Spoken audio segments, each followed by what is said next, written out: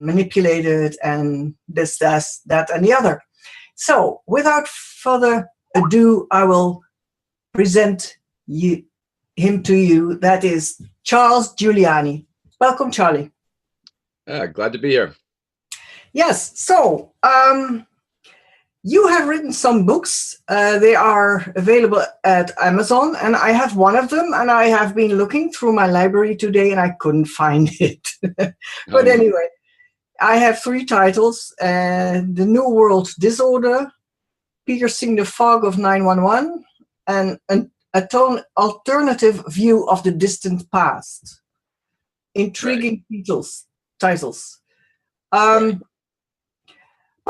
I know, because I listened to your radio show that you used to have on Oracle Broadcasting, what your history is, but my listener public might not know that. So could you please introduce yourself by way of how you got around to what you're doing now? Okay. I'm just curious, are the listeners, tuning in with video as well, or is it just audio? Is the video just for us? Or? No, the video is for everybody. Oh, really? Oh, wow. I've actually never done a television. Technically, this is a television interview. Yeah. Wow. I'm so used to radio.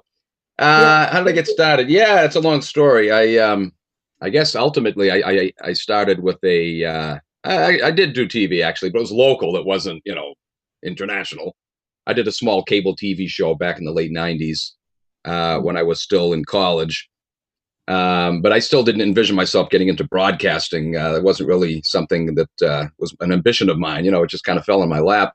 I started having, I did a chat, ran a chat room with a few other friends on, I don't know if you heard of paltalk.com. It's a web chat forum. Anyway, I ran a website on there. I mean, a chat room on there for a while. And it got quite a bit of attention. The 50,000+ members on there, we became our own little community, and everybody pretty much knew me. Any room, in fact, if I still go in there once in a while, and even though it's been years now since I've run that room, we mostly talked about things like 9/11, government conspiracies. Mm-hmm. But everywhere I went, people either loved me or hated me. Oh yeah. You'd get comments in the chat. You'd see people typing, "Oh no, here's that." My username was Imalak. Here's that Imalak again. Oh, here we go. Or else they'd say, "Hooray, Imalak's here." Depending on whether or not they were part of the cover up or whether they were disgusted with what's going on. And then from there, some of the people that frequented the chat room were trying to encourage me to get into radio, but I still didn't feel the need or the desire or whatever. Until one day, this woman comes in and she says, "Hey, I started on RBN, Republic Broadcasting Network," and she says, "Hey, John Statmiller, who runs this network, is doing a show right now. Why don't you call in? He's talking about your favorite topic, 9/11."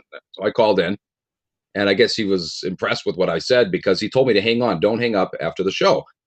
And so next thing I know, I'm talking to his, one of his producers in the studio. And he says, "Hey, John wants you to be on his network. How would you like to start next week, Monday to Friday?" Just like that. It just fell into my lap. Wow. So I was there for probably a year and a half. And then it just took off. I've been doing radio ever since, off and on, different networks, bouncing around, but I love it. I really enjoy it. It's been quite a learning experience. Every year I kept thinking, wow, where else do I go from here? I've already figured it out. But nope, as I dug more, I kept finding more and more out. Now I'm realizing it's a bottomless pit. Exactly. There's no end to it. There's always more to learn. When you think you've learned it all, you haven't learned a thing yet. Yeah, that's the same experience I have. Yes, the rabbit hole is always deeper than you think. Yeah. Right. Yeah, but your education was in theology. Well, theology and history. I picked up history once I realized, not too long into my education experience, that the theology degree wasn't going to go anywhere. Religion was a fraud, organized religion was a scam. So I figured, well, I came this far into it, invested this much time and money. I was the end of my freshman year. I'm like, why throw all that away? I might do something with it someday. It's certainly not going to be a minister. I might teach, So I decided I'll finish the degree, but I knew I wasn't going to work, as a minister. So I picked up another degree figuring maybe I'll teach. Well, it didn't take long before I realized that wasn't going to go anywhere either. So I pretty much knew nothing was going to come out of it, because I saw that the education system was a fraud, that you're very limited in what you can teach these kids. So I decided to just, finish up my degrees. And sure enough, I never wound up going into any of those fields. I was also a secondary ed minor, but, nothing ever panned out. It wasn't long after that I started getting into doing, the Pal Talk thing, and then, branching off and doing radio. So, the education wasn't a total loss. I have been able to make use of it, but not as a career. Again, you can't work in any of these systems anymore. They're too far gone. The media, education, certainly religion, government, you name it, they're gone. Yeah, it's all totally different from what they present or pretend to be. Yeah, that's for sure. But that is, well, you start as a kid, you start in the sandbox, and then you climb up to the schools system. Yeah. And while going through the school system, you find out that it's not making you happy. That was my experience anyway. Right. So when I graduated from school and I went to the university, I lasted 3 months there, and then I ran away screaming. Oh, wow. I don't blame you. I don't want to be. There's a former college professor here in the States. I don't know if you heard of him. He's pretty good. He's written some good books. I've interviewed him before. He doesn't buy the 9/11 thing. His name is Michael Parenti, and he calls himself a recovering academic. Oh, yeah. I can imagine that. Yeah. He used to teach at Berkeley, in fact, in California. He got fed up and left the whole thing, and now he's just been doing, his own thing, writing books and whatnot. It's just not a platform for reaching people. There's no allowance for telling the truth. No, and from what I've seen is that when you are a professor at a university, you are that because you are going with the grain, not against the grain. Right. And, otherwise you can't be a professor. So that's very easy. Right. Everybody who's a professor, I sort of think, okay, you say a lot of things, but I will figure out whether I want to believe you or not. And mostly it's not. Yeah. A lot of times on the tests, some of the questions they asked were very frustrating, because I knew what the answer they wanted was from the textbook, but it wasn't the right answer. So I would always when I ran into situations like that, I would say, this is the answer you want, but the real answer is, so they couldn't mock me wrong, but I was letting them know that I didn't buy a lot of the propaganda. They didn't like me very much. Well, I shouldn't say that. I had a couple of professors that were pretty open-minded. They were decent, but most of them were just ball players, Yeah. Sitting there to get their salaries, and that's it. Yeah. Right. Yeah. So you woke up not because of 9/11, because you already had woken up while you were doing your studies, or was that? For actually about 10 years prior to that, just after the first Gulf War, in fact, 91 is when I read my first book on conspiracies. In fact, it was None Dare Call It Conspiracy, a famous Oh yeah. Yeah, that's what first woke me up. Of course, little did I know that was just the tip of the iceberg. But nevertheless, I knew there was this ongoing conspiracy, that the international financiers were behind it.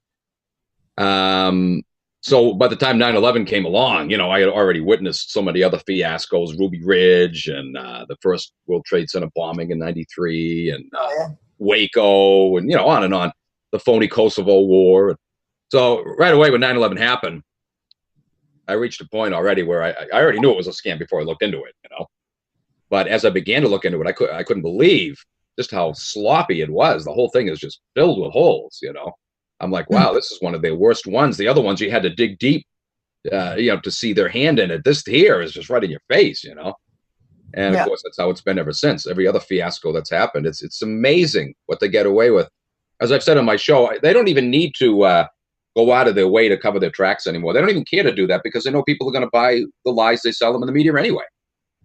Yeah, it's bamboozle on television. They tell you what you see while you see it, and even if the pictures are different from what they tell you they are, Yeah, people believe what they hear. I don't know. It's mind control in a it way. is. Yeah, it definitely And, is. and I know for a fact that since the television stations in America went over to the digital way of broadcasting, that now they have the possibility to use S-Quad technology, Right. silent sound spread spectrum technology, so they can give subliminal messages in the broadcast. And since everybody is having these big plasma things Big in, screens. Yeah. yeah, it's incredible. So people set themselves up to be brainwashed. Sure. Yeah. Like I pointed out on my show, I don't think most people even care anymore. They really don't. They just want to be left alone, do their thing, watch their, like today, we have the big football game going on, the Super Bowl, so people are Oh yeah, that one. glued to their screens and sucking up all the propaganda and the commercials and, consumerism. And if it isn't that, it's the evening sitcoms or the soap operas. They just don't care. You try to share with them what's happening. And it doesn't matter. I used to think naively years ago, that if you could gather enough documentation, you could prove Yeah, to anybody what's really going on in the world, or not just politics, history, science. There's all kinds of lies in every field. If you yeah, just had enough evidence, no, it doesn't work that way. It doesn't matter how much evidence you have. In fact, most of the time, most people just don't. They either don't care, they just don't want to hear it. They don't want to ruffle any feathers. They don't want to get in trouble or be blacklisted or whatever. yeah, They actually get mad at you for telling them the truth. The very fact that they get mad at you tells you they actually at least suspect, if not know, that you're right, but they don't want to hear it. Oh, yeah. you really see that with religion. You start ruffling those feathers, oh boy, the horns, fangs, and claws come out. That's when you can really nab them, though, and say, oh, I thought you were a loving Christian. What are you getting so upset about? If you're so right, you should feel sorry for me. You want to save my lost soul. Why are you getting mad at me? They really get mad when you do that. But it's so true. They really expose their own selves for the phonies that they are, and their phony religion as it is. Yeah. Yeah. Yeah, I was a very small child. I was 6 years old, and I decided that I didn't want to have anything to do with any religion anymore. Yeah. And I don't know where that came from, but later on, I found out that probably in a previous life, I have been burnt at the stake. So that's yeah, right. There you go. Could be Joan of Arc for all you know. Yeah, no, it's funny. Some people are like that. You just sense something is wrong. I think I had that same experience when I was young too. There was just something about it, but intellectually, it seemed to make sense to me. I had studied it so much, and I thought that all these, so-called prophecies had been fulfilled by Jesus, and so I still clung to it because I thought intellectually there was something there, But in the back of my mind, I always smelled something funny, but I was afraid to question it. I didn't think you could, you'd be committing the ultimate sin, So that always kept me in check for the longest time. It's like a self-censoring thing, Yeah. But eventually, it was just a matter of time before I snapped out of it because I was seeing that things just weren't adding up. In spite of the fact that I was looking to this God for guidance, or just one thing after another kept going wrong in my life. Once I started looking into the Jewish supremacist factor and how they've been screwing up everything for thousands of years, I started to wonder, geez, this is their handiwork. This book, they gave it to us. Yeah. I wonder, is this yet another one of their scams? And when I approached it from that angle, that was it. It was over. It didn't take long before I started finding their fingerprints, of course, naturally, all over it. Yeah. I mean, I knew they wrote it, but I started seeing that, the manipulations going on, even in the stories in that book. You go back to Joseph, how he got the king to rape the entire nation of Egypt of all of its land, of all of its privately owned, homes, all the people's wealth. The story about the 7-year famine, blah, blah, blah. Mm-hmm. Once I saw that and I realized, geez, that's what they've been doing everywhere they've ever gone. It's the same thing. How can I look up to, they teach you to look up to people like Joseph as a great man of God. Once I saw what a manipulator he was, what a thief. Yeah. right there in Genesis, it says the people of Egypt were in great want, but Joseph and his family and friends that he brought over from, Jerusalem were living in great abundance. That was it. And then from there, I just started looking deeper and deeper. And I just got more and more confirmation that the thing is a rotten scam. In fact, the New World Order, quote unquote, really started there. You have passages where their God, their loving child murdering demon in the sky, promised them, I will bring all nations before you. They will bow before you and lick the dust from the soles of your feet. You shall rule over them. They shall not rule over you. That's the blueprint right there for the New World Order. Yeah. He even says, you will lend to many nations, but they will not lend to you. Wow. That's been the case all along. They have been the international financiers for thousands of years. They were the ones that took Rome down through unsurmountable debt, had them spread themselves out too far, too thin, just like they're doing in the United States today. They took down the Grecian Empire. They built it up first and then took it down, Yeah. When things would start to go wrong for them, okay, we're gonna abandon this and move on to the next. Right now, after having gutted this country out, it looks like they're getting ready to dump us and move on to China. Now they're building up China, apparently, for that reason. They want to start using China as their proxy. Same strategy all over again. All over again. Boring. Yeah. So, they do that. They build something up and then they suck it dry and let it fall like a dirty rag. Yep. The parasites that they are. Yeah, exactly. But like I said, once you see that right in that book, and of course Christianity arose in that same context too. Mm-hmm. Jesus was only one of perhaps hundreds, if not thousands, but definitely in the hundreds of so-called messianic figures in the first century. And all of them used religion as a tool to manipulate the masses, to try to get them to overthrow, first the Pharisees, because they saw them as, corrupt, not... they professed that they were protesting their religious corruption, but most of them didn't care about religion. It was just a tool. They knew religion was a fraud, but they knew that would get the people rallied behind them. The corruption they really didn't like is they saw them compromising with the Romans. That's what they didn't like. Mm-hmm. They wanted them to stand up against the Romans with them and orchestrate these rebellions. And anyway, all these messianic figures, all of them, even though they approached it differently, some had a more peaceful tactic, others were outright more militaristic. Didn't matter.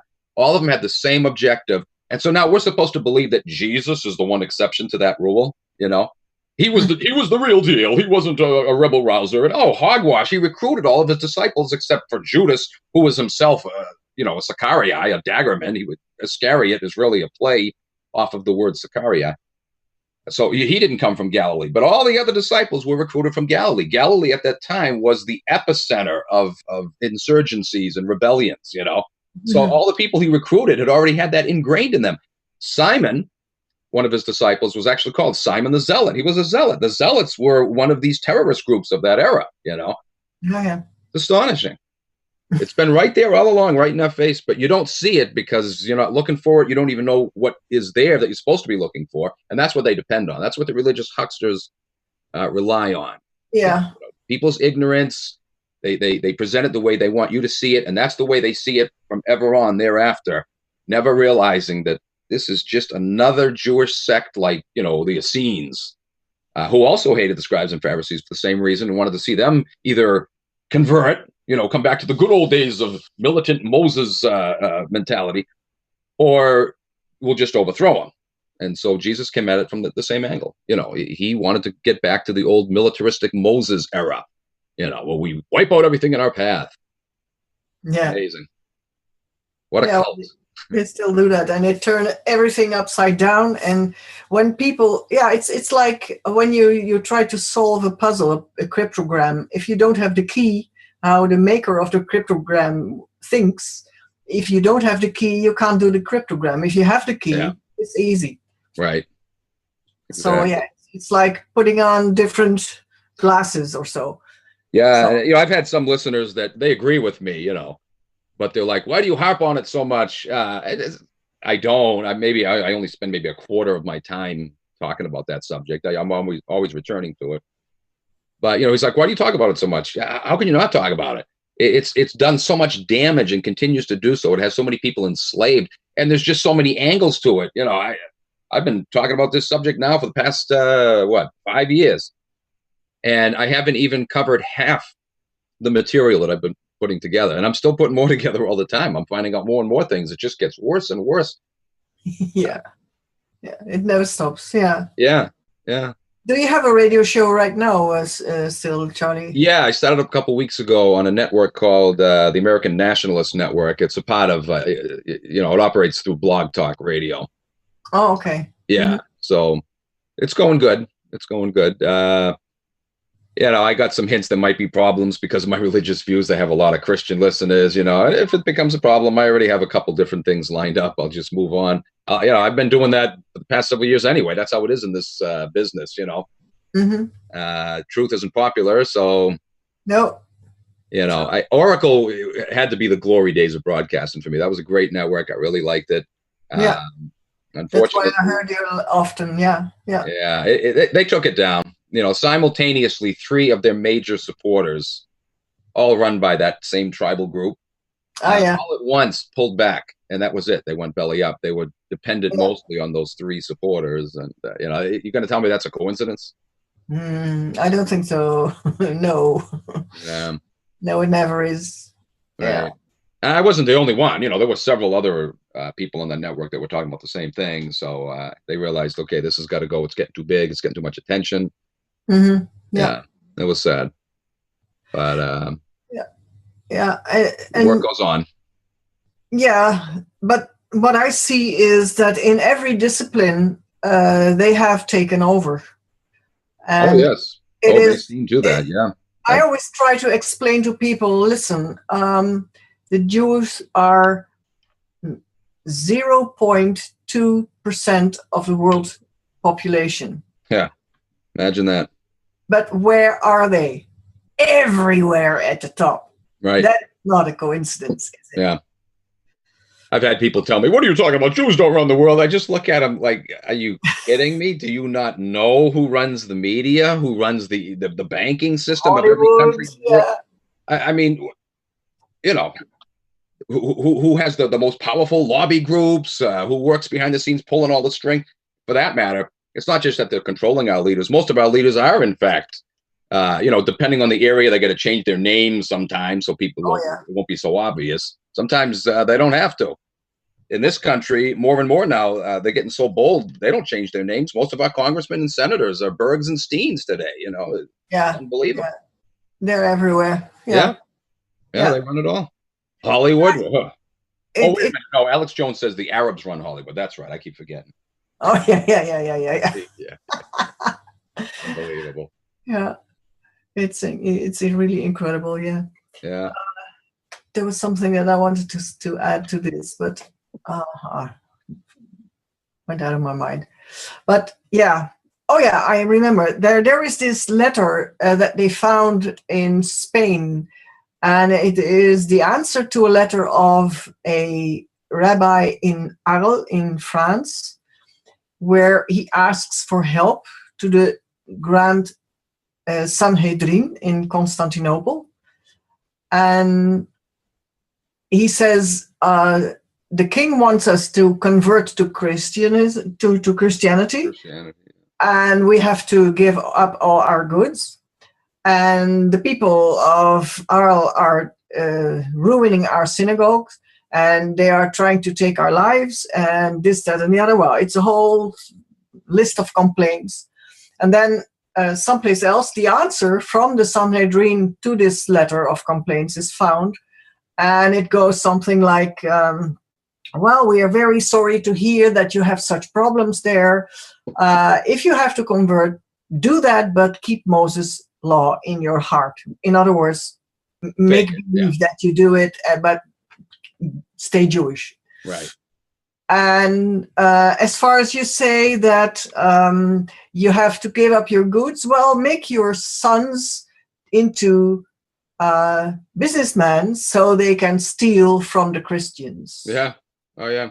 And then in what you say that they are trying to take your life, make your sons doctors and pharmacies, so you can take the lives of the Christians. No, And when sure. you look at Western patent medicine, that is what I see. I call that downright the slow kill.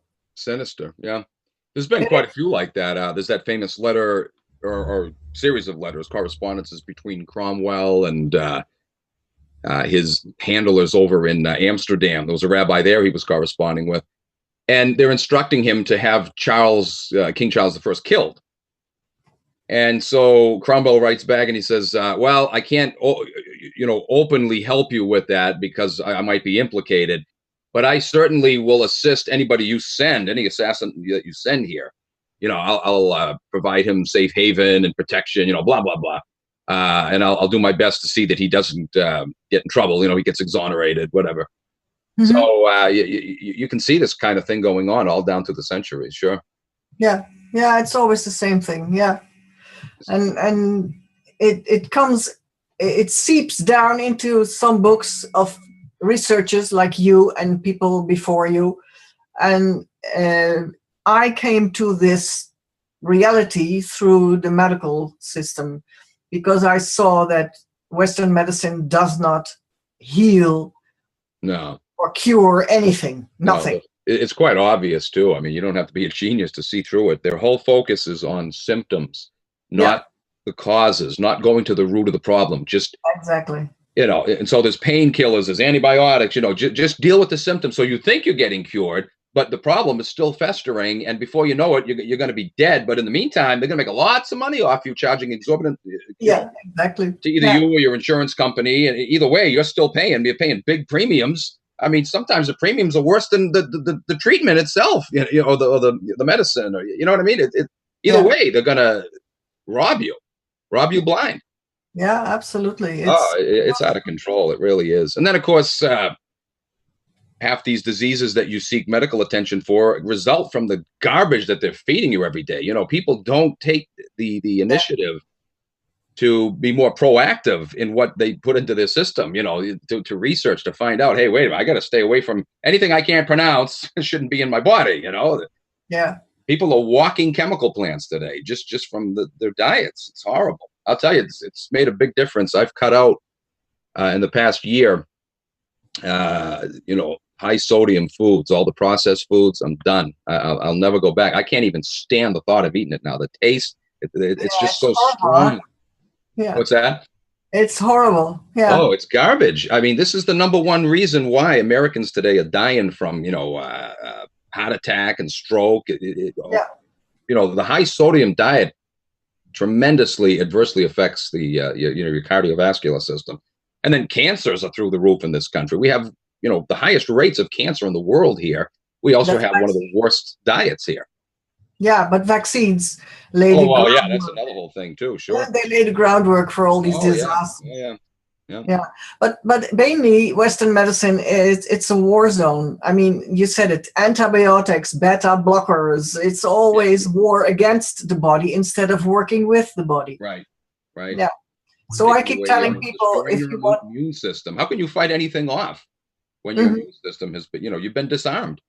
Yeah, you have been. Yeah. Fighting against disease, it's a war. And so what they're doing is taking away your soldiers, your army. That's what they're doing. And so now, of course, you're going to lose the battle, right? That's really the simplest way to put it. That's exactly what they're doing. Yeah. Oh, it's all by design. They know exactly what they're doing. I'm not even saying antibiotics don't have their place. They should be used in a very extreme case, a very rare case when it's life or death. You have an elderly person who, has bacterial pneumonia or something, and they could die within 24 hours unless you give them something powerful that's going to knock this thing out. But then having knocked it out, now pump their system back up with acidophilus or whatever. You know what I mean? But no, they're giving antibiotics for every little sniffle. Kids are getting operations on their ears, having tubes put in because they can't fight off ear infections anymore because the antibiotics have killed their immune system. Yeah, but the ear problems with children, they start with vaccines. Oh, sure. Oh, sure. Absolutely. Yeah. And then there is this doctor in Holland who found a vaccine against otitis, against ear infections. Yeah. And I thought, what? It's caused by vaccines, and you put a vaccine against it. Yeah, right. Oh, this is crazy. Yeah. Well, the thought of the vaccine, it's a good idea. It potentially could work, should work, but not with these scoundrels running the whole operation. No. Not in this way. No, not at all. And by the way, you better bring the whole body into a better state. Right. Than doing a little thing like a vaccine, because that's only part of a whole story. Right. So if you have the whole body with the right pH and the right food and the right pH is very important too. Yeah. Again, Americans have very highly acidic systems, and so naturally, they're just ripe for disease when you have a situation like that. Cancer loves that. Absolutely. Yeah, I have old books that mention that, give quotes from doctors at the end of the 1800s saying, I had 200 patients with cancer, and I have never seen cancer in a non-vaccinated person. Right. They knew that way back then. They knew that, and they knew cancer it's a question of toxins. Here we are over 100 years later. How far have we really come, It's sad because there are researchers, there are doctors out there who really would like to cure the thing, but they don't realize what they're up against. Any discovery they make, it's going to get brushed off. Oh no, we already knew about that. That doesn't work. So they'll think, oh, okay, someone's already tried it before me, and they'll dump their research, scratching their head though. Geez, I really thought I was onto something. They were onto something. The system doesn't allow. If they press it, well, they'll turn up pushed off a bridge or something. Yeah. There are many of these doctors being suicided, and oh, sure. There were 3 dozen here about a little over 10 years ago, right after 9/11. In fact,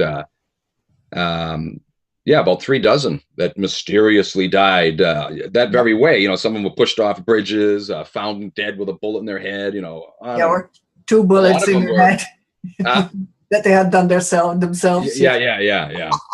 They were young, successful. They had a very promising future ahead of them. No reason to commit suicide. Most of them were claimed to have been suicides, of course. Mm-hmm. Yeah. A lot of them actually had expertise in the area of microbiology, and of course, this was right after the anthrax mailing. So I got to wonder if there's something going on with that.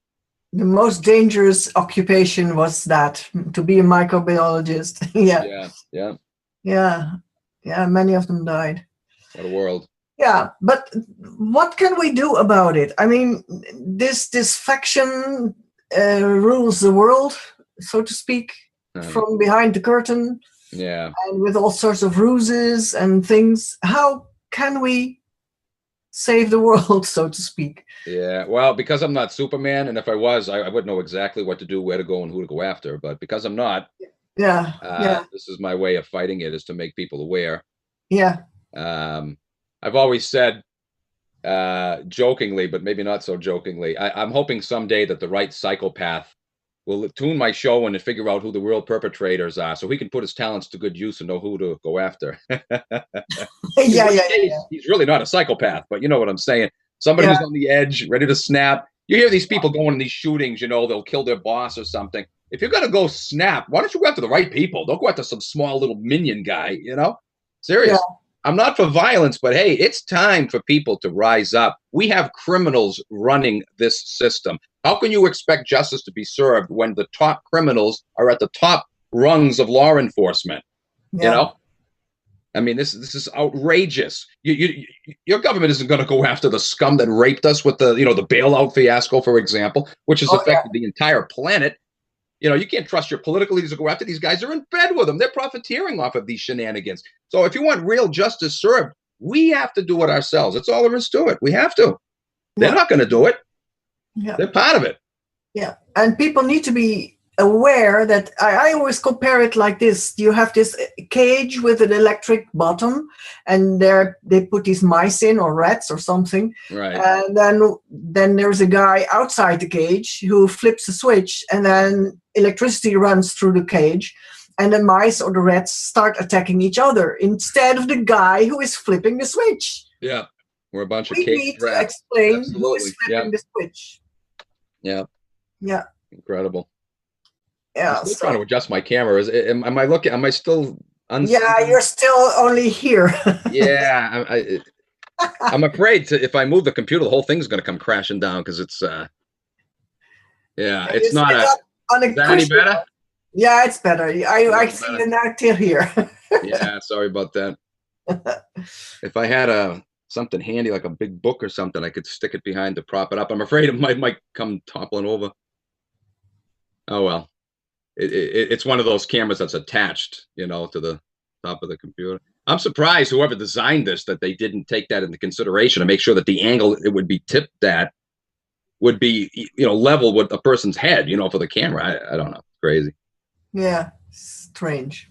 But anyway, Okay, well, so we try to educate the audience into what is going on, and that's a task that will never end, and it's difficult. But I see, at least here in Holland, that we are making some progress, because the right. people behind the curtain or at the helm, whatever, Yeah, they are exaggerating now. They are getting in a way that it seems that they don't care to be found out anymore. yeah, So they do things that for simple people are getting to be too much. So it's easier to tell people, hey, listen, you're right. It is crazy what is being done. right. Is that your experience also in America? Yeah, it's most people I talk to, I think they know something's wrong. They're not happy. They're fed up. They can see that, there's either no jobs available at all, or if they are, it's, they're being taken by illegals. Uh, the few that Americans seem to find, they're not, hiring full time. They're not offering benefits. The wages are low. You can't even survive on them. People can see something's wrong, but unfortunately, most of the time, you might get them aboard and agree with you. Yeah, it's those rotten lobby groups. It's the big corporations. They can admit that. But when you start talking about who runs these big lobby groups, these big corporations, the big banks, that's where you're just going to get deaf ears to most of the time. They just don't want to hear it. So how can you solve a problem that's created by this tribe when most people have been so propagandized with their Holocaust baloney that they just can't see the forest for the trees. They don't want to admit, even though you can show them thousands of years of history of these same people doing the same thing everywhere they've ever gone. It's very frustrating. In this country, I think probably in Europe things are a little better, but over here, and a lot of the reason for that, a lot of it has to do with Christian Zionism being so big here. So many Christians are so deeply in bed with this tribe and sing the praises of Israel every day. That's probably more than any other factor. That's what's responsible for the apathy that's so Mhm. prominent here. Yeah. Yeah. Yeah, it is. It is. It's a biological law almost, that when people have heard something, and then you come in with a message that is different from what they first heard, then they get aggressive towards you. Yeah. Oh, they really do. But like I said, uh, the very act of doing that really proves that their position isn't so solid. And then they suspect it themselves. There's no reason to get mad.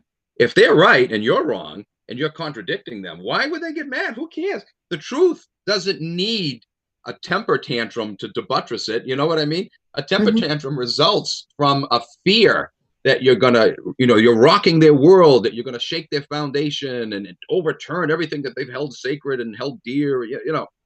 That's when anger arises. I mean, I get mad sometimes myself, but only because these people are so frustrating. I want to bang my head against the wall. But they're getting angry. When I get angry, I'm talking issues. Let's look at this. They're not. They don't want to hear it. They want to turn the other way. So they're not trying to set you straight with their truthful facts. They don't have any truthful facts. They just Yeah. get angry at you personally. They'll attack you, not what you're saying, because they can't counteract what you're saying. They'll attack Mhm. you. That's the classic indicator of someone who's playing games. They know, or at least suspect, you're telling the truth. They don't want to hear it. They just want to continue to believe the lie. There's no other reason for them to get angry like that and want to attack you personally. You know what I mean? If you're mad at what I'm saying, obviously you would be attacking what I'm saying and trying to counteract it. When you attack me and call me names, that's proof right there. You're a phony. You really don't care about the truth. That's why I get mad with people like that. Get away from me. I don't even want to bother with them. Waste of my time. Yeah, that's true. Yeah. In the beginning, I see other people make that same mistake, that when in the beginning you have found out that the world is totally different from what you thought or had been taught it was. Yeah. Then you want to go out and tell that to everybody. Right. And that doesn't work. It doesn't. No, you have to you can throw a little fish, and then if they take it, then okay, this person is open to it. And you can usually tell after talking with someone for 5 or 10 minutes if they have an open enough mind. But even then, don't get discouraged if you see that they're closed. That might just be where they're at right now. That could change down the line. And like you said, plant that seed, so as they say, and it might open up later. I've had people over the years come up to me and say, "Holy mackerel, you know what? You were right. I'm so sorry, man." I've had to say that myself, as a matter of fact. Yeah. Back in the Pal Talk days, I used to get mad at people that weren't that were antagonistic, to the Bible. I've had to even there were several people I've gone back to since then, since discovering this 5 years ago about the Bible. And I've had to admit, wow, you know what? You guys were right. I was the idiot all along, Yeah. I had to do that myself. So in a sense, I got to remain a little bit patient with people, because I was there myself at one point, blissfully ignorant. But it's hard to remember those days, once you see the light. It's hard to remember that you were ignorant once too, because now it's just it's a different world. It's another life when you didn't know. It's another life. Yeah, it really is. Yeah, totally. Yeah, but it's a good life. I mean, sure, you lose that what you thought was that sense of security, that hope for the future in glory land. But when it's a false hope, it's very liberating, because now any hope you have of the future isn't based on fairy tales. It's based on something that you hope, you can work toward and help others to work toward, and, a peaceful world. And if you believe in that there's a hereafter, it's not dogmatic anymore. It's not, I'm right and you're wrong. You might have a gut feeling that there's some hope, but you're not going to force it on anybody. It's everybody has their choice. You make your own decision. It's not a matter of you better convert or else type of thing when you're a Bible believer. Yeah. The arrogance of it. I have the answers. Oh, right, buddy. Yeah.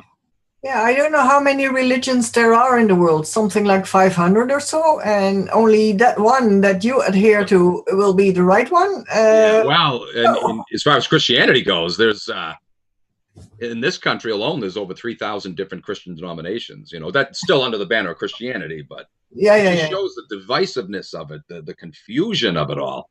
Yeah, that's amazing. Yeah. But also it takes your power away when you go to a God and he will solve your problem. No. Right. It takes responsibility away. It makes you basically a useless person. You're just going to sit there with your arms folded and, God's going to take care of it. So I don't need to do anything. In fact, if I do something, I'm going to be interfering with his plan.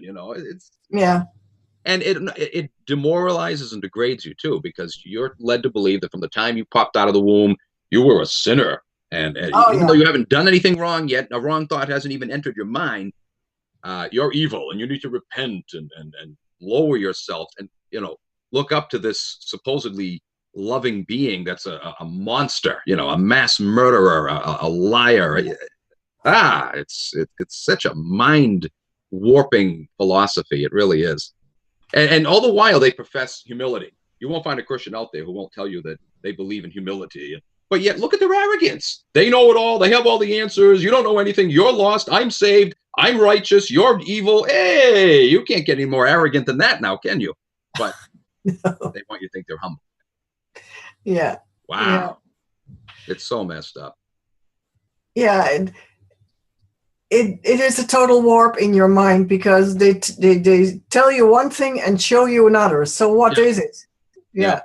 They talk love all the time while they want to bash you over the head because you're contradicting their beliefs. Yeah.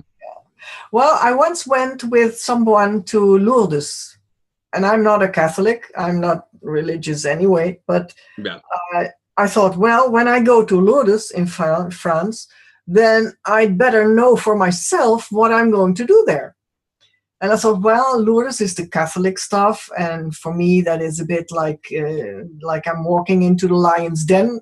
So what am I going to do there? And I thought, well, if I can live love there, I really can do that. I truly can do that. Sure. And I had a wonderful time. Oh, good. And I had fun because the pastor who was with we were with some people who went on a journey to Lourdes in their religious way, and the pastor that was with us, he said, you should go to the baths and get a bath there. Go into the Lourdes water, and the nuns will put you under, and like holy water or something. Yeah. So, and then I asked him, have you done that? And he said, no. I said, oh, wait a minute, but tomorrow morning you will go there with me. Yeah. And all these people who were looking up to this pastor, they thought, oh, gee, what is she doing now? But indeed, the next morning I took him, I hooked my arm into his, and I said, Paul, we are going to the bath today. And he did that. But I had a beautiful experience there. But because the second time I went to the baths, there were these people, 3 people, one in a wheelchair, and the woman in the wheelchair was totally yellow. I mean, her liver was in smithereens, I suppose. But very ill, yeah. Her family members were there, and they were very worried about her. And I sat there waiting for my turn, alone, to go into the bath. And then they asked me, can you explain what is going to happen inside? And I said, yes, I can explain that very well, because I did it yesterday for the first time. It goes like this, it did this. And I spoke to that woman with her even yellow eyes. And I felt such unconditional love at that moment. Wow. It was so beautiful to explain that to her. It was really a gift that I got to be the one to tell her about it. And well, it couldn't be real, though, because you can only do that when you have Jesus in your heart. Don't you know you're not capable of being loving or doing anything good or being a good person, or, no, you got to have the first century insurrectionist from Judea in your heart, and then only can you do good things. Well, I never met him there. But it was a beautiful experience. And then the people, the nun came and took this woman away and inside the bathhouse. And then her brother and his wife or something, they walked away, and they felt that I was looking at them. So they turned around, and I put my hand over my heart. So I'm with you. Signal. Oh, nice. And well, anyway, I went into the bath, came out again, and walked back to the hotel. And then I saw them walking there, and I walked up to them, and I put my hand on the back of the woman, of the wife of the brother, so to speak. Yeah. And she turned around, she looked at me, she recognized me, and she hugged me. And I thought, oh gosh, this is what I came to do here. Nice. This is what I wanted. Yeah. So you can live love everywhere.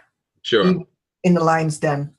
That was the lesson that I took that day. And it was you must have more patience than me, though. I don't think I could do that. I have some friends that are, religious. In fact, I think I just lost one recently. We had a conversation on the phone about a week and a half ago, and the subject of religion got brought up.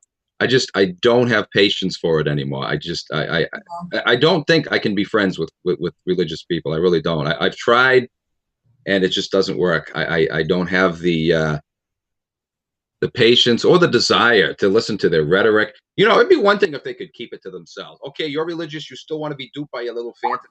Fine, but keep it to yourself. Do it in your own private time. They can't. Most of them can't.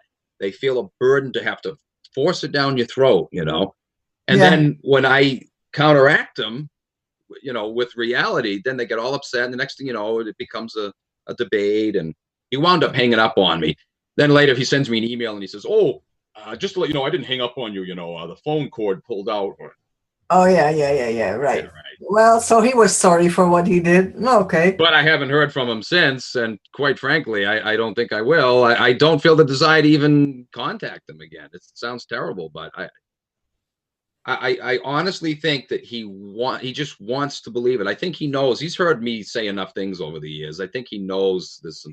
In fact, he's admitted to me in piecemeal fashion, he's conceded that, well, I guess the Old Testament is a bunch of baloney, and yeah, I don't believe in Moses anymore. Well, wait a minute. That's the whole foundation of Christianity. If you throw the Old Testament away, and it's rightly so that you do, but to throw it away is to throw the whole thing away. You know what I mean? They think that you can separate the old from the new, Moses from Jesus. No, you can't. Jesus constantly quoted from the Old Testament. He constantly upheld Moses as an exemplary, great follower to, whose example we should, embrace. There's no way you can separate them, and that's one of the big problems with Christianity. If Jesus made a disclaimer statement and said, "I renounce the Old Testament," you need to realize God isn't like that, and the Old Testament is filled with, that would say maybe, possibly, they might be onto something, But the fact that he not only didn't make such a disclaimer statement, but instead upheld the Old Testament vehemently, tenaciously, that's it. It's over. It's over. Yeah, but maybe he needs more time to. Maybe he got scared. Maybe, but in the meantime, I don't have the patience for it. I don't. I admit it. I just don't have patience for people that want to live a lie, that that say they love the truth, but yet all the while they're embracing one of the biggest lies, one of the most hideous lies ever. I mean, look at the evils that religion has brought us, particularly that one. Yeah. I agree. In fact, you won't find a religion that's murdered more people than that one. You won't. Try as you may. History is devoid of any other record that comes even close to that. 150 million people in the Dark Ages alone died at the hand of the Roman Catholic Church. Yeah. And then some Christians denounce that. Oh, I'm not a Catholic. I'm not. It's all the same. It's the same religion. It still comes under the name of Jesus. You know what I mean? If this entity existed and was so loving, he would never have allowed those crimes to be committed in his name. I'm sorry. You know what I mean? Yeah. I agree. Yeah. I have a woman who calls me regularly because she has some medical problems and needs some advice around that. Not medical advice, but how to deal with it.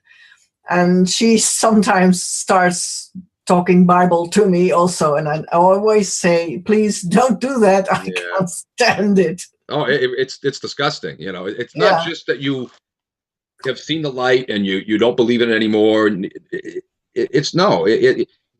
become so disgusted with it that it deceived you for so long, and you still see it deceiving so many around you. You hate it. You don't just not believe in it. You don't have a neutral attitude about it. At least I don't. And several friends of mine who have likewise come out of this coma feel the same way. You have this anger. You realize what it's done to you. The lives that it's wrecked, the years of your life that it has wrecked. You know what I mean? I'm at war with it. I would love to see it taken down. I really would. And oh, that's blasphemy to the Bible. Believe it. Hear something like that. He's of the devil. Your God is the devil. Yeah, exactly. It's the other way around. Yeah. Yahweh is the devil. If there is a devil, it's that thing. Yeah. Yeah. I agree. Yeah. Amazing. But it's very hard to let go of something that you thought was a safe haven. Right. But, I'm a realist. Let's get real here. It might suck, yes, to admit you've been wrong, that you've been fooled. It's not a pleasant thing. But if you want to live in the realm of reality and you want to start working towards solving problems instead of perpetuating them, you got to put away the diapers and the pacifier at some point and move on and stand on your own 2 feet.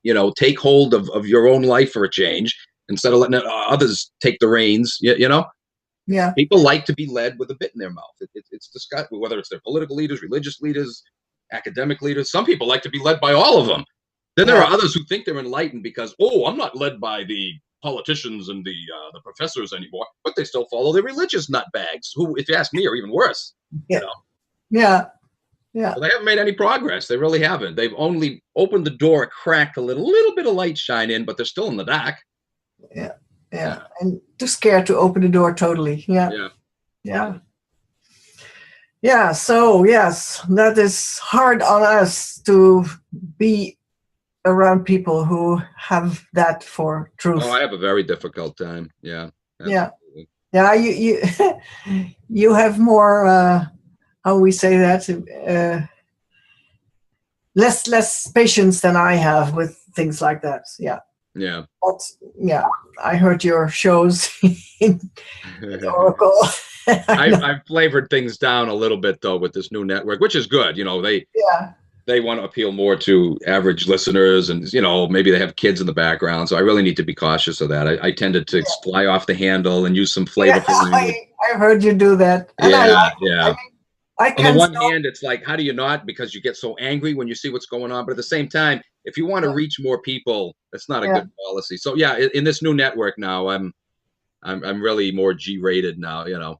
I'll use the sanitized curse words like flippin' and darn, and Oh, I use yeah, scumbags a lot. yeah, yeah, yeah, yeah. But my experience is that many people cannot handle anger. So when you get really angry, then they sort of close and you lose them. So yeah. And they've been programmed to think that way, that anger is bad. I mean, you don't want to walk around angry all the time, but we've reached a point now in this world where things are so bad, a little anger actually is necessary. You need to get people aroused, to get their dander up, to realize, slap upside the head, to show, hey, wake up and snap out of it. Look what's going on here. This country, this world is on fire. They're burning us to the ground. Wake up, do something. You have to get those emotions flowing. But society today, realizing how bad they've made things, in order to keep people in a coma so they continue to get away with their crimes, they have to lull them into this delusionary world where anger, oh, that's bad. I need to go to anger management classes so I don't get angry. They want you to be pacifist. And of course, they supplement that with the dope they put you on, the Prozac, the Ritalin, whatever. Yeah. But no, anger is, it was created for a reason. It's a self-defense mechanism. If you think that anger is always bad in all circumstances, well, there goes your self-defense mechanism right there. Now you're just a sap waiting to be exploited. And that's what they've done with most people. They've turned them into mindless, spineless saps. Yes. Yeah, I see a lot of those around me. Yeah. But anger is a signal that somebody trespassed in your terrain. And so, you have a right to be angry, not for hours, but for a minute, and use that energy to say, hey, here is the boundary. Right. Still here, no further.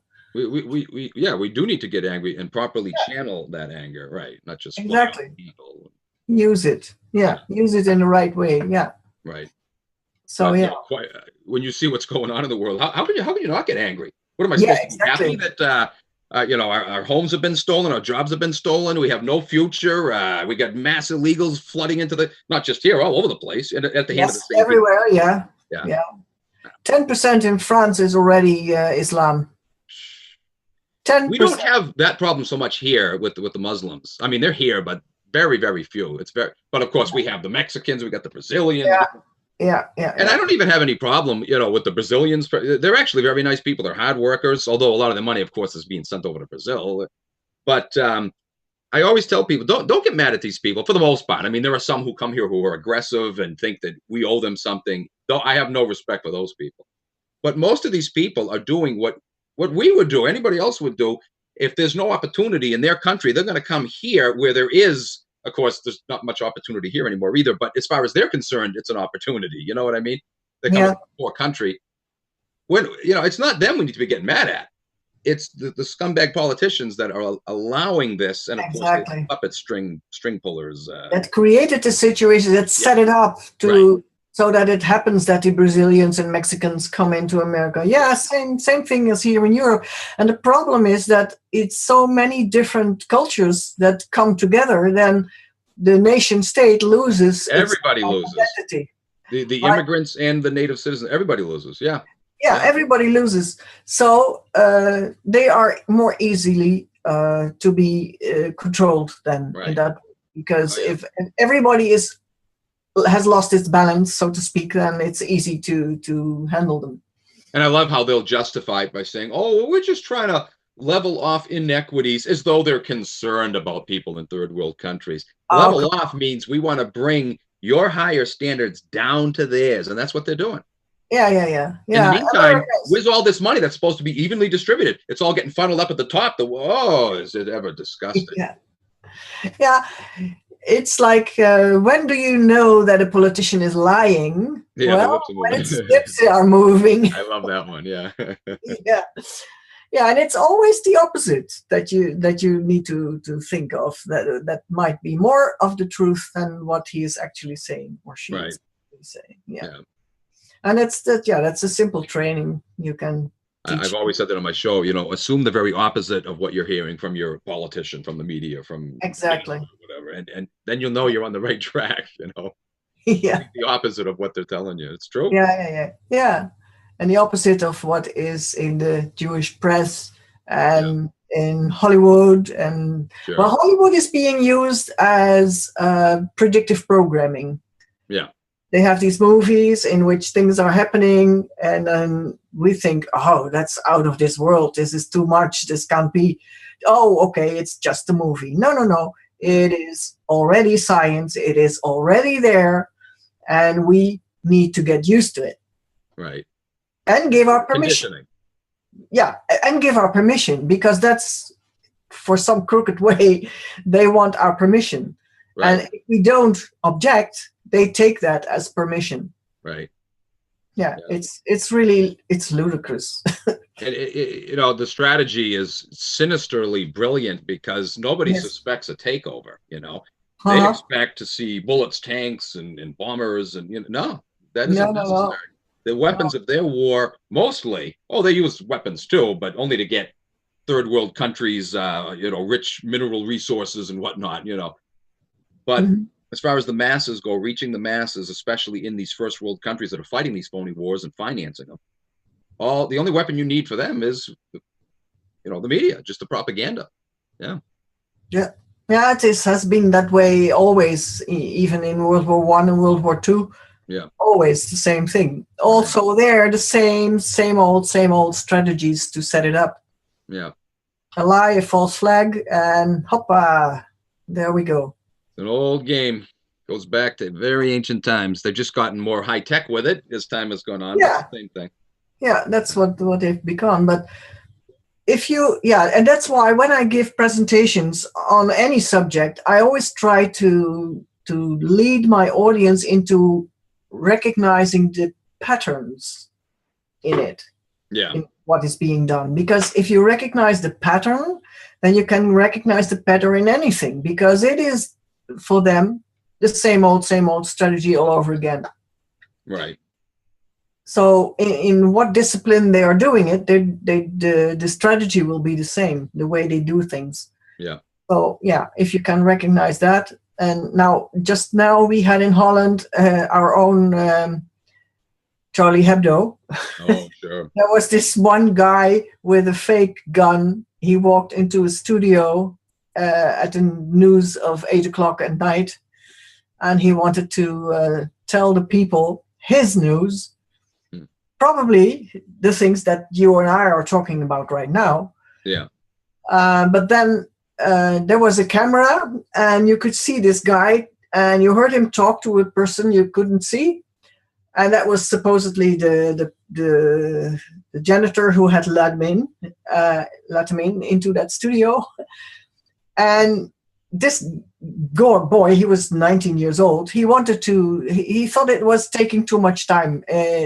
I should be on air by now, right? No. Oh, yeah, maybe, yeah. But you can't see the other guy. And then all of a sudden, 4 policemen come running into that studio, exactly in the line of fire of this boy, if his gun had been real. Yeah. Right. Can you be?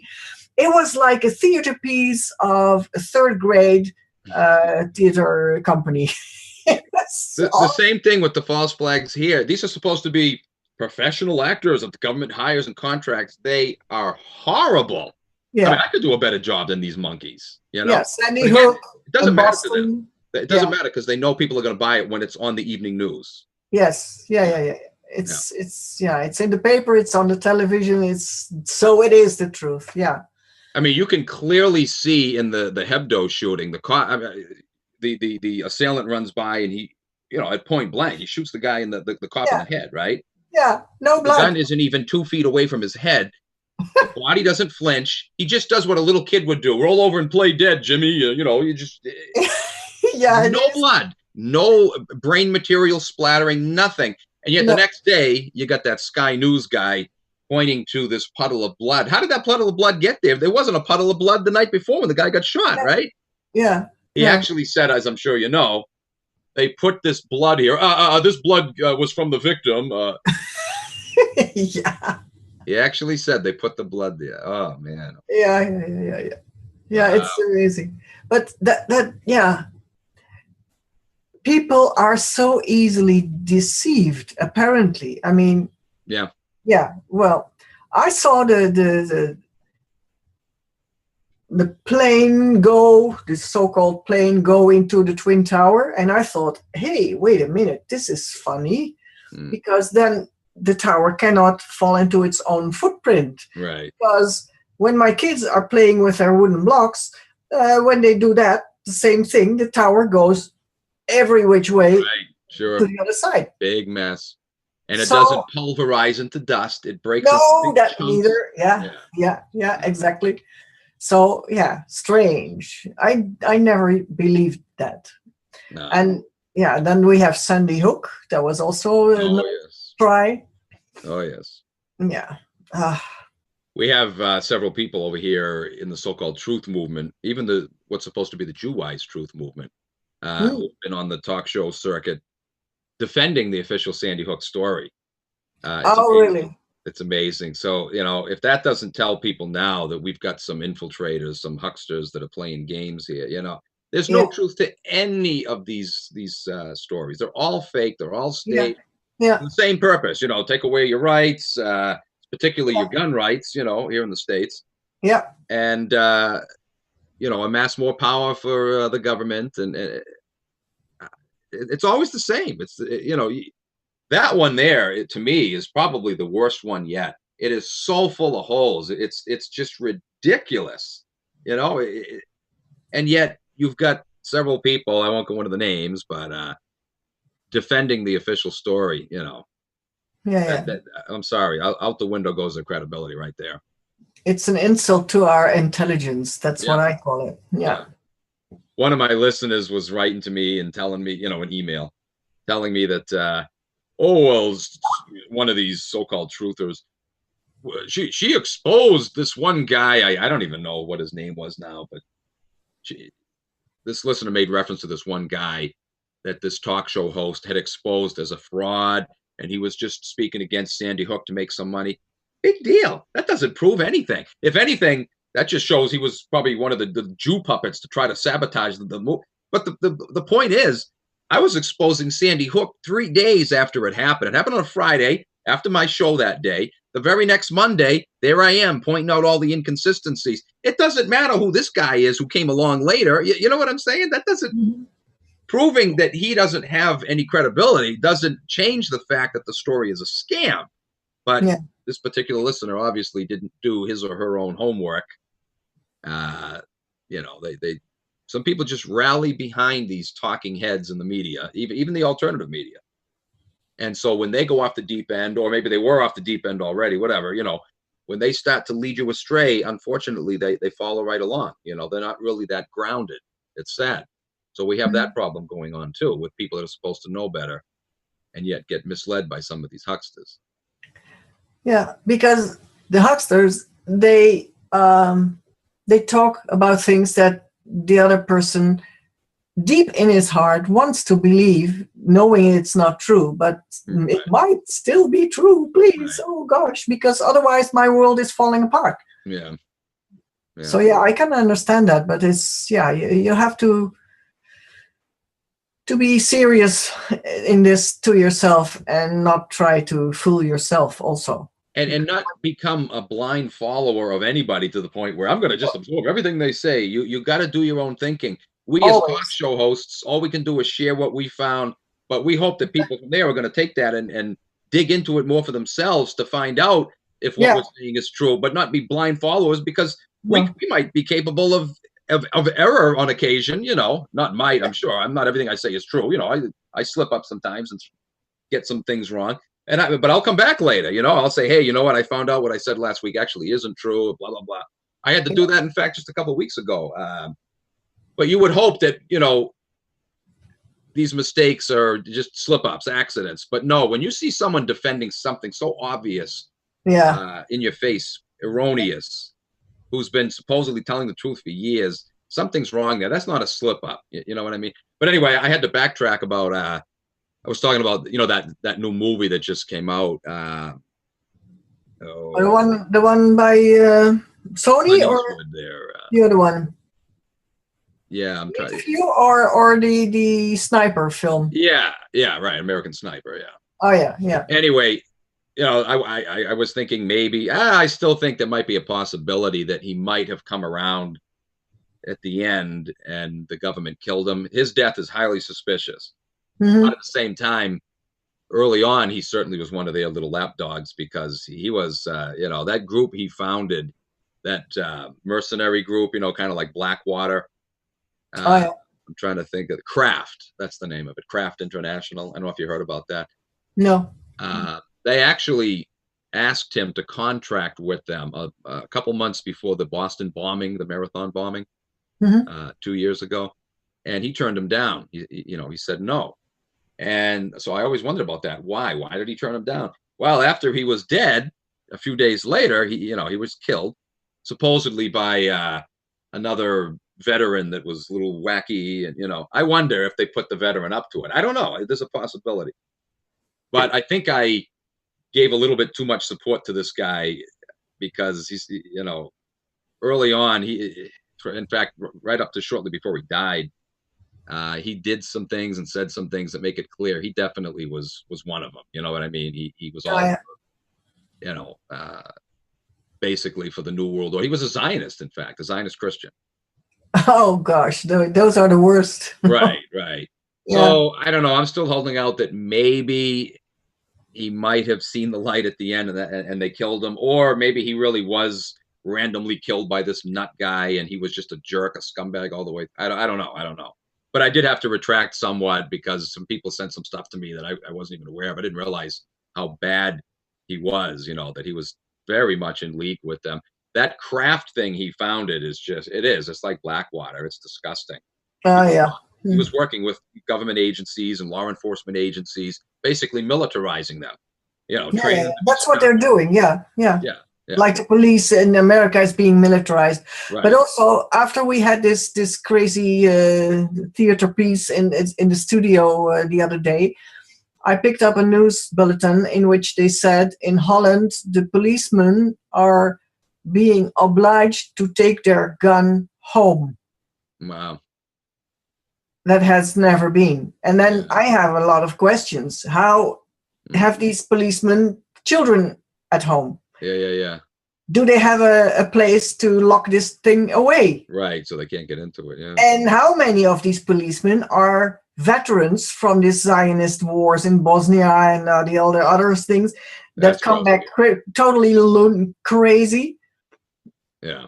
And I know that these veterans have committed many murders in their family and with other people. Wow. And that the Department of Defense wants to bury that. So I have a lot of questions. Oh, yeah. Great cause. And for starters, I am totally convinced that the police is not there to protect the civilians, the citizens, but the state. Yeah. Oh, yeah. So what are they doing walking around with guns? We have a thing going on here now where a lot of police departments are being privatized in my area. It's probably going on in the whole country too. I don't know, but the private companies are coming in, like what's happening with so many other things now. The government is handing over, just like a lot of our bases have been privatized, and even some foreign entities, Russian entities have come over here and taken control of our bases and taken charge of training soldiers. Can you imagine? This is unbelievable. Yeah. But anyway, support. yeah, a lot of police departments now, the cops are not being paid directly with, they're paying, it's still taxpayer money, but it's a private company now that's come in. The town figures, oh, this will save us some paperwork and some, we can, we don't have to have all these extra people now overseeing all this. This private company is going to come in and handle payroll for the police department. You get it? So now the police loyalties, even though your tax dollars are paying them, their loyalties are what they're employing new company now. You know what I mean? Yeah. It's unbelievable. It's all designed for that reason, is to get their loyalty mentality with the employer that tells them what to do, instead of the people in the local community. Just like our politicians, it's our tax dollars funding them, but who are they answering to? Who's their real string pullers? It's the lobby groups, Exactly, yeah. Oh, man, it's unbelievable. This should not be happening, but it is. It is, yes, it is. It's amazing, and it goes on and on and on. Yeah. Yeah. Like I don't know. The early part of the show, there isn't any avenue that they haven't infiltrated and corrupted. They've wrecked every area of society, every facet. Yeah. Yeah. Yeah. Yeah. And to turn that around will take much more energy than to prevent it in the first place. Right. Yeah, they've done a good job. I hate to say it, but I have to give them credit. When it comes to screwing things up, nobody does it better. Exactly. Yeah, exactly. Yeah, that's a pity.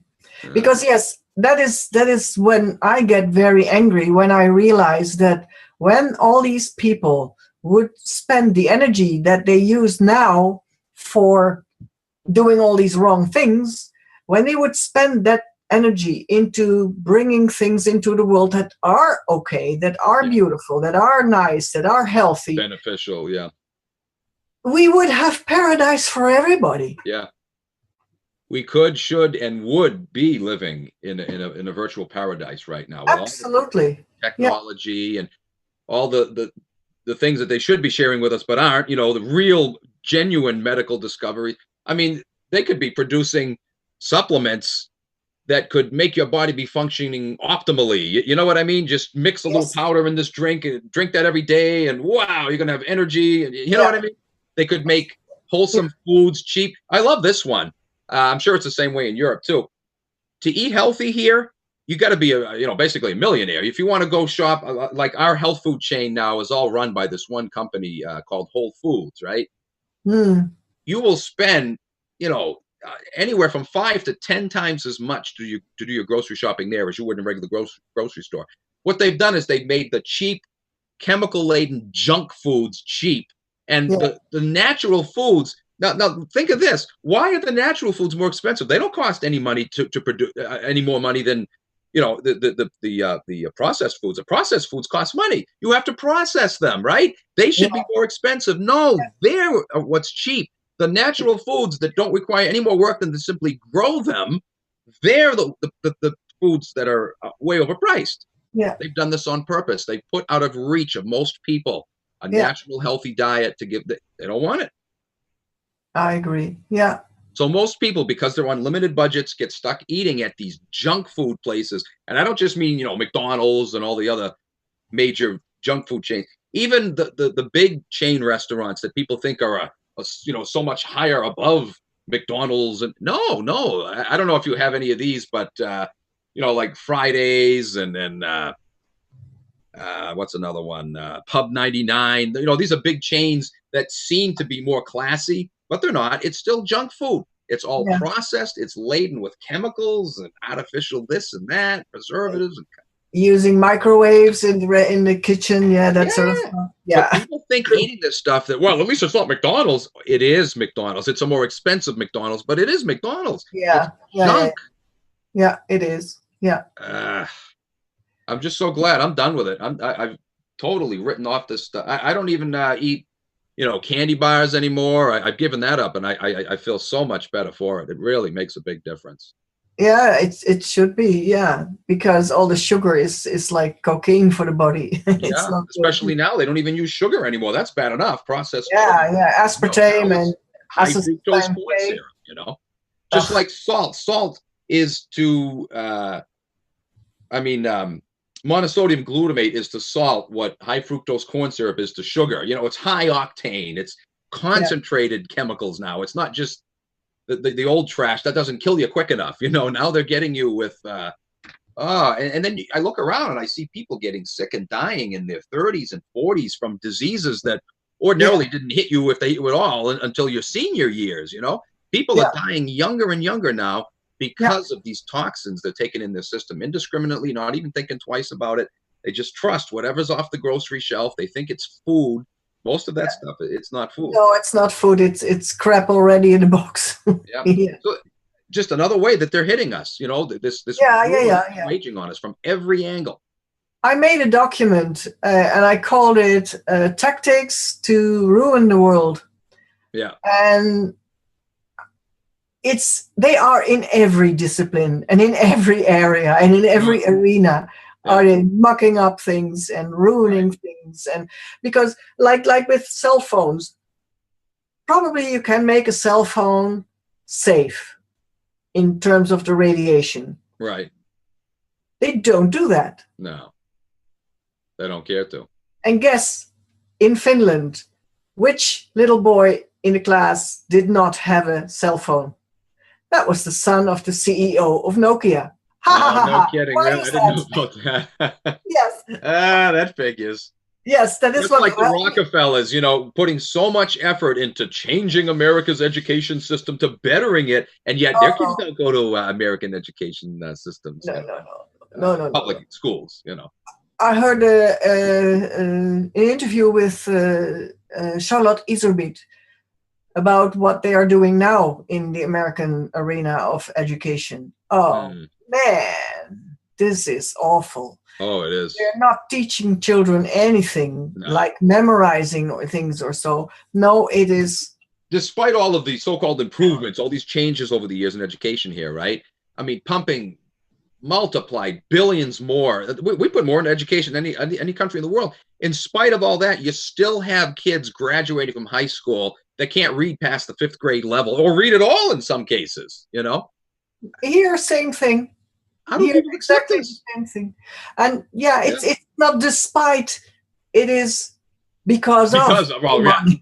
You have to turn it around, remember? Yeah. Oh, yeah, it's all by design. It's been intended it is totally to by have design. They're proud of these achievements that we have paid for. But that's where all the money goes. People are wondering, wait, we're putting all this money into it. How come we're getting these results? That's the results they intended. Yeah, exactly. Wow. Our education system here, I don't know how it is over there, but it's designed, amongst other things, to get as many kids on psychotropic meds as they possibly can. Yes, the way it's set up. You know, you get kids on IEPs. The schools are put under this pressure because in order to get federal funding, the agreement is you have to have so many kids pass these final exams at the end of the year, you know, these standardized tests. Yeah. And schools get paranoid. They're worried. Well, we got some kids that are underachievers. So the government tells them, oh, well, no problem. If you get these kids that have special needs on what's called individualized education programs, IEPs, then you can grant them special concessions to help them pass the test. In other words, you can help them cheat. And that's what they do. The teacher will actually, you know, give them hints while they're taking the test. They can take come back the next day and take the test some more if they can't finish it. Take an unlimited amount of time. So what do? They go home and they'll look at the textbooks, already knowing what the questions are, right? Oh, yeah. So they just look up the answer and make sure, okay, I got to write this for that question, this for that question. It's unbelievable. It's all set up. But look what this does. Once these kids are on these IEP programs, do you see what's happening? The schools are under pressure to get the kids on the IEP. Once they're on the IEP, they know the kids are going to graduate. I mean, you know, they're going to pass these tests because all these concessions can be granted. But in the process of putting them on the IEP, there's all these little attachments, these little footnotes. For example, they'll tell parents, once your child is on an IEP, any decision made by the school regarding your child that you do not wish to comply with, we are not obliged to comply with your decision. And in which case you can, you know, take legal action. Here's a number to call. But you know how that works. You don't beat the system. They beat you. One of these actions, in fact, the biggest one of all, the most important one, what they're really talking about is getting your kid on meds. Yeah. Because once you're on that program, if the teacher makes a recommendation to the school nurse, oh, I think little Johnny needs to be on medication. He looks out the window too much. Forget that he's bored because the teacher doesn't, Yeah. stimulate his thinking. The nurse will come in and say, oh, yeah, send a note to the doctor. And the next thing you know, boom, the kid is on meds. Most kids today that are on these psychotropic meds are on those meds because of the school system being on the IEP. Yeah. It's not psychiatrists who do the prescription anymore. No, even doctors not. It's just lay persons who do that. Yeah. Right. Yeah. Oh, it's just, it's out of control. A huge scam, and they are after our brains. Yeah. Yeah. When you get them like that, and that's why the push is on to get them at younger and younger ages. They're putting kids on, psychotropic meds at 3 and 4 years old. Yeah. But even as a fetus, they are being prodded and radiated with how you call it, echo, ultrasound, because the sound of the ultrasound for a fetus while they're still in the womb is like a helicopter 5 meters above your head. Yeah, right. Yeah. So if that isn't traumatizing and driving you crazy, I don't know what is. Oh, it's amongst other things, it's interfering with brainwave patterns, thus proper functioning of the brain and the whole nervous system. Truth is, we don't know half of what this is doing. I'm sure they know. Yeah, exactly. Yeah. But it's probably far worse than we can even imagine. Yeah. What a world it really is. All the so-called advancements, with technology and everything. No. We haven't come very far at all, have we? As long as man's morals and scruples are not growing in tandem with technology, if the morals are still down here and technology is up here, we're in we're worse off than we were before these technological it's very dangerous, actually. Yes, I agree. That's what they're using them for. Yeah, primarily the application of these technologies is being used to degrade our lifestyle, to increase their control over us, to diminish our mental capacities. Yeah, it's frightening. It's really frightening. Yeah. Well, what they are after are robots. Yeah. And zombies. Yeah. And slaves. And that is when they call the world at peace. Yeah, right. Peace to them means absence of all opposition. Yeah. Exactly. Yeah. Yes. Okay. So we are almost at the end of the show. We covered quite a bit, but is there something that you absolutely want to have said? No, I think we pretty much covered it. I did want to ask you though sometime to come on my show. Hopefully in the next couple of weeks or so. We'll keep in touch. And I'd love to. I'd love to get you on. We don't have the video capacity. This is something new, actually. I've never done. No, this is a new thing. Yes. Conscious Consumer Network is very interesting. This is different. Yeah, it is. Check it out in the archives. See what's I will. Yeah. Yeah, it's amazing. It's beautiful. I'm very proud of being part of that. Yeah. Yeah. So I'll definitely we'll be in touch, and I'll get you on my show sometime in the next couple of weeks or so. Okay, perfect. Yeah, nice. Great idea. Okay, then, Charlie, thank you so much of being in my show. I loved it. Yeah, it was great. Anytime. Yeah. Just a intelligent conversation between two enlightened people. Aware.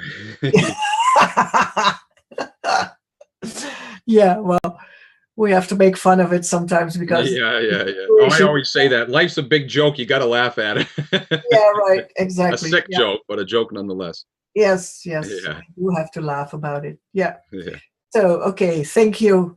And listeners and watchers, thank you too. And Biggie Boho, thank you for being behind the curtain and making it all possible. Thank you. Bye-bye. Life is too short to waste a chance.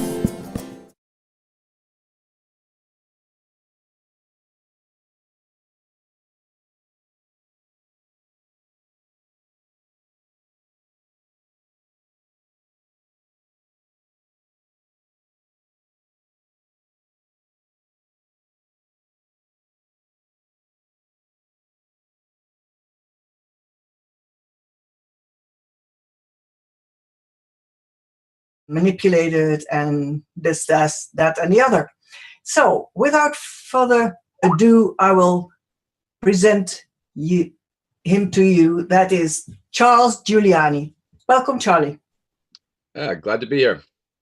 Yes, so you have written some books. They are available at Amazon.